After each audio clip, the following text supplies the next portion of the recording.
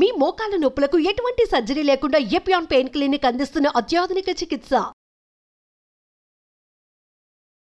Health అనేది చాలా ఆరోగ్యమే మహాభాగ్యం అంటారు. ప్రస్తుతం మనం ఆరోగ్యపరంగా చూసుకుంటే ఆరోగ్యంగా లేవనే చెప్పాలి. వ్యక్తిగత స్థాయిలో వాళ్ళు కొంతమంది ఉండవచ్చు. కానీ మనకి స్వతంత్రం వచ్చినప్పుడు మీరు చూస్తే 32 ఏళ్ళు సగటు జీవనకాలం, ఇవాళ 70 ఏళ్ళు సగటు జీవనకాలం. మనం ఏంటంటే మా తాతగారు 90 ఏళ్ళ దాకా బతికేది చెప్పుకుంటాం, నిజమేది. కానీ ఎంతమంది చిన్ననాడే పోయారో మనం మర్చిపోతుంటాం. ఎక్కువ మంది వాళ్ళే. కాబట్టి ఎవరో ఒకళ్ళు జన్యువుల వల్ల కానీ, అదృష్టం వల్ల కానీ, వాళ్ళ జాగ్రత్తల వల్ల కానీ బాగా ఆరోగ్యంగా దృఢంగా ఉంటే ఉండొచ్చు. కానీ చాలామంది చాలా చిన్న వయసులో పోయేవారు ఆ రోజు. కాబట్టి 32 నుంచి 70 ఏళ్ళు పెరగడం చిన్నది కాదు, ఇంకా చాలా పెరగాల్సి ఉంది. అట్లాగే మా చిన్ననాడు ఈ మధ్యకాలం దాకా 20-30 ఏళ్ళ క్రితం దాకా కూడా అంటూ వ్యాధులే మనకు ప్రబలంగా ఉండేవి. చనిపోవటం చిన్నపిల్లలు గ్యాస్ట్రోఇంటెస్టైనల్ ఇన్ఫెక్షన్స్ వల్ల, కలరా నుంచి గ్యాస్ట్రోఇంటెస్టైటిస్ రకరకాల జబ్బులతో పోవటం కానీ, లేదా ఊపిరితిత్తుల జబ్బులతో పోవటం కానీ, అంటువ్యాధులు మిగతా అంటువ్యాధులతో కానీ. ఇప్పుడు టీకాలు బాగా అందరికి అందుబాటులోకి వస్తున్నాయి. చాలా వ్యాధులు చిన్ననాడు వచ్చేవి తగ్గిపోయినాయి, వాటి మరణాలు తగ్గిపోయినాయి. ఇవాళ చనిపోయే వాళ్ళల్లో 100కి 27-28 మాత్రమే ఇన్ఫెక్షన్ వల్ల చనిపోతున్నారు. 100కి 72 దీర్ఘకాల వ్యాధులలో చనిపోతున్నారు. 28 కూడా ఏంటంటే దీర్ఘకాల వ్యాధులు ఇన్ఫెక్షన్లుగా పరిణమిస్తాయి ఎప్పటికప్పుడు మరణించే ముందు. కాబట్టి ఎపిడెమియాలజికల్ ట్రాన్సిషన్ అంటాం. అంటే వ్యాధులు ఆనాడున్న వ్యాధులు ఈనాడు కాదు. ఆనాడు ప్రబలంగా ఉన్న వ్యాధులు తగ్గిపోయినాయి. ఉదాహరణకు పోలియో ఉండేది, అంతకుముందు మసూచికం ఉండేది, ఆ రెండు పోయినాయి పూర్తిగాను. ఎన్నో వ్యాధులు చాలా అదుపులోకి వచ్చేసి, కానీ వయసుతో వచ్చే దీర్ఘకాల వ్యాధులు పెరిగినాయి. కాబట్టి మొత్తం మీద ఆరోగ్యం చెడిపోయిందని నేను ఒప్పుకోను. కానీ మనకున్న అవకాశాలతో పోలిస్తే ఆరోగ్యం ఇంకా అధ్వానంగా ఉంది. ఎందుకంటే ఒక ప్రపంచవ్యాప్తంగా ఒక మెజర్ ఉంటుంది, ఏమిటది? డిజబిలిటీ అడ్జస్టెడ్ లైఫ్ ఇయర్స్ అంటారు. అంటే జీవితకాలంలో ఎంత కోల్పోతున్నాం సగటున అని చెప్పి అలా లెక్కేస్తే 1,00,000 జనాభాకి 49,000 సంవత్సరాలు కోల్పోతున్నామని అంచి వచ్చింది. అంటే ఎందుకు ఎలా వస్తుందంటే, ఒక చిన్ననాడు ఒక బిడ్డ పోకూడదు కదా, అకాల మరణం కదా. అకాల మరణం వస్తే 70 ఏళ్ళ జీవితకాలం పోయినట్లు లెక్క. కాబట్టి 70 ఏళ్ళు లెక్కేస్తారు. అలాగే కొన్ని రకాల వ్యాధులు మంచాన ఉండడం, ఉత్పాదకత తగ్గిపోవటం, పని చేయలేకపోవటం, రకరకాల దీర్ఘకాల వ్యాధులు లాగా ఇవన్నీ లెక్కేస్తే ఒక 20,000 అనివార్యం. వృద్ధాప్యం వల్ల, కొన్ని రకాల వ్యాధుల వల్ల అనివార్యం. 20-25,000. మనం 49,000 అంటే దక్షిణాఫ్రికా, భారతదేశం చాలా ఎక్కువగా ఉంది. అంటే ఇవన్నీ నివారించదగ్గ బాధలు. ఆ రకంగా చూస్తే మన దగ్గర చేయాల్సింది చాలా ఉంది. రెండోది, ప్రభుత్వం పాత్ర చాలా బలహీనంగా ఉంది. విచిత్రం ఏంటంటే పెట్టే ఖర్చు ఫలితాలను ఇస్తుంది ప్రభుత్వం. పెట్టే ఖర్చు మిగతా రంగాలతో పోలిస్తే ఆరోగ్యం మీద ప్రతి రూపాయికి 4 రూపాయల ఫలితం సమాజానికి వస్తుంది. దానిలో చాలా పొరపాట్లు ఉన్నాయి, లోపాలు ఉన్నాయి, అవి పక్కన పెడదాం, నేను స్థూలంగా మాట్లాడుతున్నాను. కానీ దీనికి ఖర్చు పెట్టట్లేదు. విద్యకేమో ఖర్చు పెడుతున్నాం, ఫలితం రాలేదు. విద్య పేరుతో మన పిల్లల్ని నాశనం చేస్తున్నాం, మోసం చేస్తున్నాం. అది పూర్తిగా ప్రభుత్వాల అజ్ఞానం వల్ల డబ్బు ఖర్చు అవుతుంది. ఆరోగ్యానికి ఖర్చు పెట్టట్లేదు. కాబట్టి ఖర్చు పెట్టాలి, పెట్టేది సరిగ్గా పెట్టాలి. ఆ లోపం రెండోది.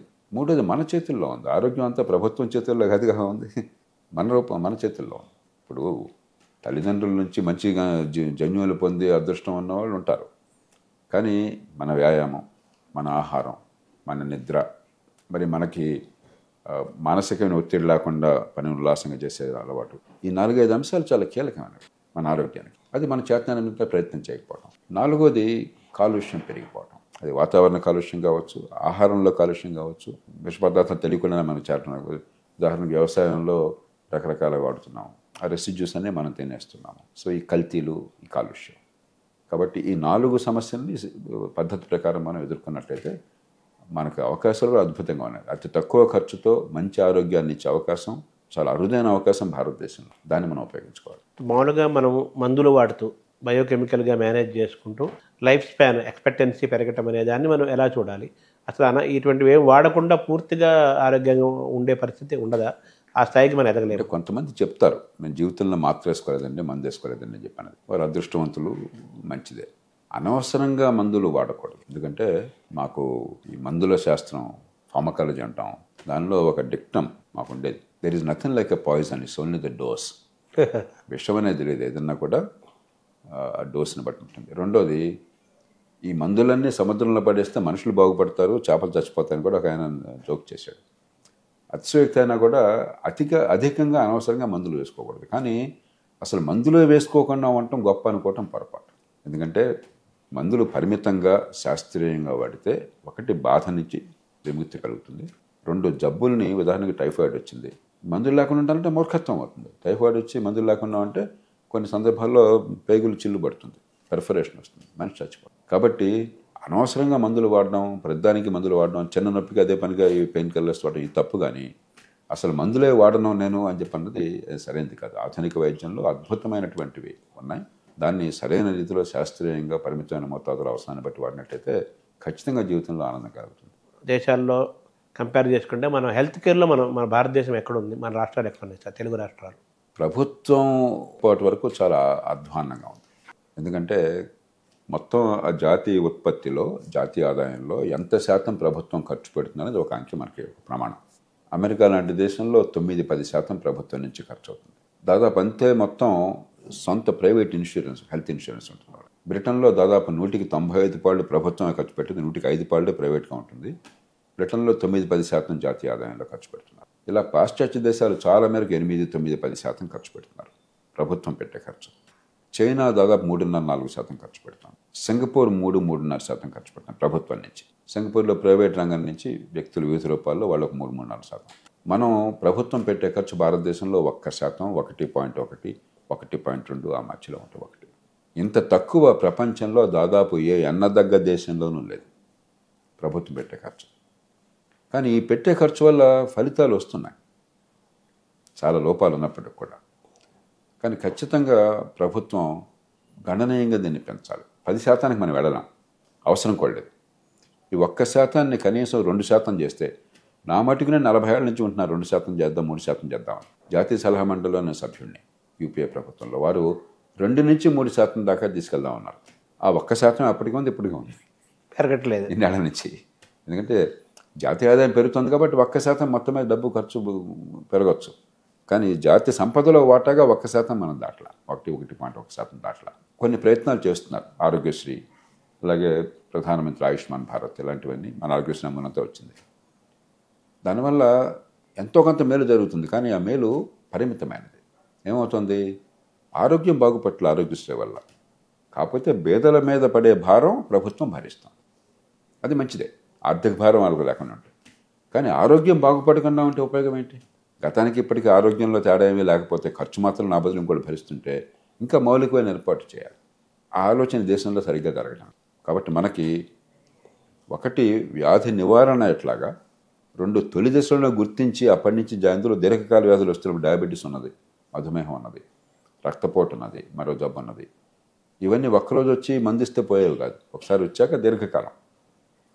కాబట్టి దీర్ఘకాలం దానికి ముందుగానే గుర్తించడం, దానికి తగ్గట్టుగా మన అలవాట్లలో, మన ఆహారంలో, వ్యాయామంలో జాగ్రత్తలు తీసుకోవడం, అవసరమైతే మందులు సరిగ్గా సరైన పద్ధతిలో వాడడం.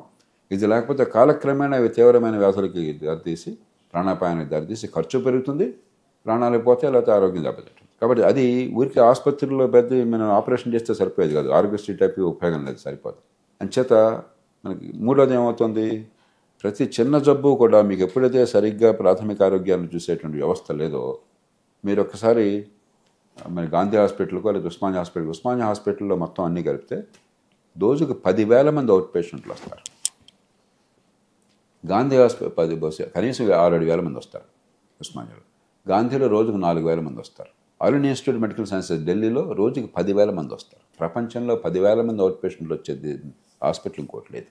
అది గొప్ప కాదు, అది మన బలహీనత. అంటే చిన్న జబ్బులకు కూడా గతి లేక పెద్ద ఆసుపత్రికి వెళ్లాల్సి వస్తుంది. అంచేత ఆరోగ్యంలో మనం ప్రభుత్వం వరకు డబ్బులు ఖర్చు పెంచాలి, మరీ ఎక్కువ పెంచక్కర్లేదు, అంత శక్తి లేదు, అవసరం కూడా లేదు.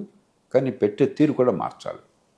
ప్రైవేట్ రంగంలో అద్భుతమైన మార్పులు వస్తున్నాయి, కొన్ని మనం గర్వించదగ్గ మార్పులు వస్తున్నాయి. ఉదాహరణకి ఔషధాలు, మందుల విషయంలో ప్రపంచంలో మనం ఛాంపియన్. ప్రపంచానికి కావలసిన మందుల్లో దాదాపుగా 25-30% భారతదేశంలో ఉత్పత్తి అవుతున్నాయి. టీకాలు బహుశా 50-60% భారతదేశంలో ఉత్పత్తి అవుతున్నాయి ప్రపంచానికి. అతి తక్కువ ఖర్చుతో, అతి ఎక్కువ ప్రమాణంతో, మన్నికతో మనం ఉత్పత్తి చేయగలుగుతున్నాం. ఔషధ పరిశ్రమ అద్భుతంగా రాణిస్తుంది. అట్లాగే చాలా కీలకమైనటువంటి చికిత్సలు, గుండె ఆపరేషన్లు కావచ్చు, మోకాలు మార్పిడి కావచ్చు, లేకపోతే కిడ్నీ మూత్రపిండ మార్పిడి కావచ్చు, మరొకటి కావచ్చు, ప్రపంచంలో అతి తక్కువ ఖర్చుతో అత్యున్నత ప్రమాణాలతో మనం చేయగలుగుతున్నాం. కానీ సిస్టమ్స్ను మనం కొన్ని ఇంటర్వెన్షన్స్ బాగా చేస్తున్నాం, కానీ ఇంకా సిస్టమ్స్ నర్సింగ్ మిగతా ఇంటిగ్రేషన్ సిస్టమ్స్ సరిగ్గా లేవు. ఇంకా అశాస్త్రీయమైన పద్ధతులు చాలా అమలు జరుగుతుంది. దాని పెద్ద ఆలనా పాలన లేదు, దాని మీద సరైన నియంత్రణ లేదు.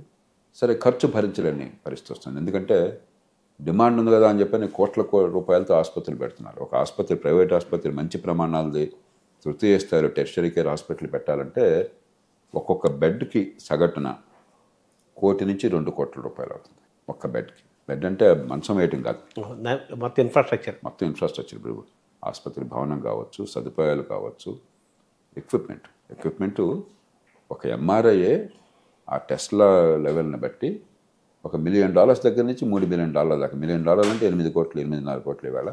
3 మిలియన్ అంటే 25 కోట్లు అయిపోయింది ఒక మెషిన్. అలాగే పెట్ స్కాను 2.5 మిలియన్ అవుతుంది. అట్లాగే స్టీరియోటాక్టిక్ రేడియోథెరపీ అనే ఒక యూనిట్ ఉంటుంది. అంటే రేడియోథెరపీని కరెక్ట్గా ఎక్కడ కావాలంటే అక్కడ పంపించేది. అది బహుశా $5 మిలియన్ అవుతుంది, 45 కోట్లు దాటుతుంది ఒక్క మెషిన్, ఒక రూమ్లో పెట్టేది. అంతంత ఖర్చులు ఆధునిక వైద్యంలో. మనకేమవుతుంది, ఎప్పుడైతే సరైనటువంటి పద్ధతిలో ప్రాథమిక వైద్యము, ఆ తర్వాత ద్వితీయ స్థాయి లేకుండా పోయిందో, ప్రతి చోట ఒకటి ఇంతంత పెద్ద ఖర్చుతో చేయాల్సి వస్తుంది పోటీ కోసం అని చెప్పి. అంత ఖర్చు పెట్టాక మీటర్ తిరిగిపోతుంటుంది. ఎంత అప్పులు తీసుకొచ్చిన డబ్బు ఆ మీటర్ తిరిగిపోయినప్పుడు మరి బిల్లులు పెరిగిపోతాయి. అంచేత మనకి అన్ని అవకాశాలు ఉన్నాయి. ప్రభుత్వం కాస్త పట్టించుకుని ఒక పద్ధతి ప్రకారం చేస్తే, మనం పౌరులంగా మన ఆరోగ్యం గురించి మనకు వచ్చే జాగ్రత్తలు ఏ కుటుంబానికి వాళ్ళు తీసుకున్నట్టయితే పెద్ద ఖర్చు లేకుండా మనం అద్భుతంగా చేయొచ్చు.